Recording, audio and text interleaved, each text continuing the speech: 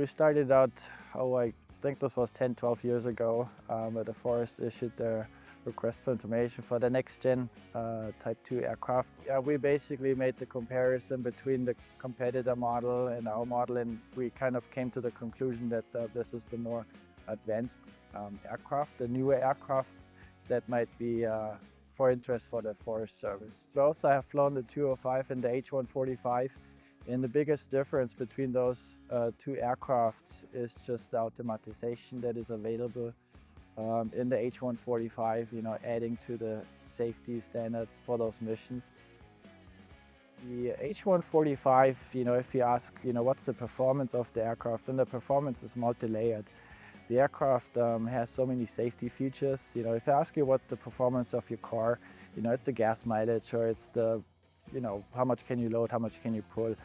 And so asking the question, what's the performance of this aircraft, we have to answer with, it has a good payload capacity, but it has so many safety features in there with the automatization, with the autopilots and the AR systems and all those things. It's amazing what this thing can do. The performance of that aircraft, since it has to carry a second engine, it's a little bit lower than on the 205. But the added safety features and a kind of a change in mindset from the Forest Service makes this thing very competitive. It's no longer getting the bang for the buck. It's more like, what's the safety level for the passengers that we transport? How fast can we get to the fire? So those are very significant advantages over the 205. It's just overall new aircraft, new technology, other safety standards used for that aircraft, and that makes it really an outstanding firefighting aircraft. We pretty much custom built this aircraft. It's a purpose-built aircraft for firefighting. We were able to shape up a lot of weight. Pretty much this thing is stripped down to what we can strip it down. We also took out the standard seating configuration. We have a special utility seating configuration in the aircraft that we changed out now to the most desired one with 3 aft, 3 forwards. And like I said, we kept this thing as light as possible. The whole interior is typically plastic, is taken out. It has a custom fabricated interior that's saved weight.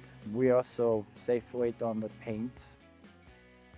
The visibility, we have the aircraft configured for a left-hand PIC. The visibility on the aircraft is better than on the 205, so we can see the external load really nicely. SAS and DSAS systems, stabilization systems, make this a very stable platform for external load work. So this is very nice to fly. It's a very nice aircraft.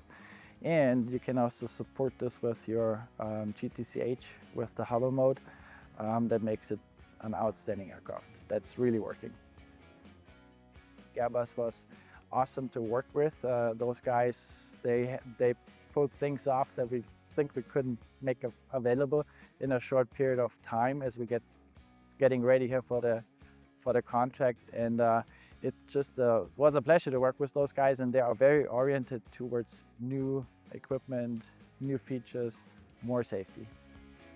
This aircraft is going out on an exclusive use contract, and we have the contract with the Sierra Vista crew. It's very interesting, very challenging environment. The airport is located at 5,500 feet. Typically load calcs is 7,030. It's a desert and it's a hot environment at times, going up into the Coronado Forest. This will be a good test bed for that aircraft. I talked multiple times to the crew, talked also to some of the Forest Service officials. They are very excited to have the aircraft down there, and we'll slowly work this thing into the system.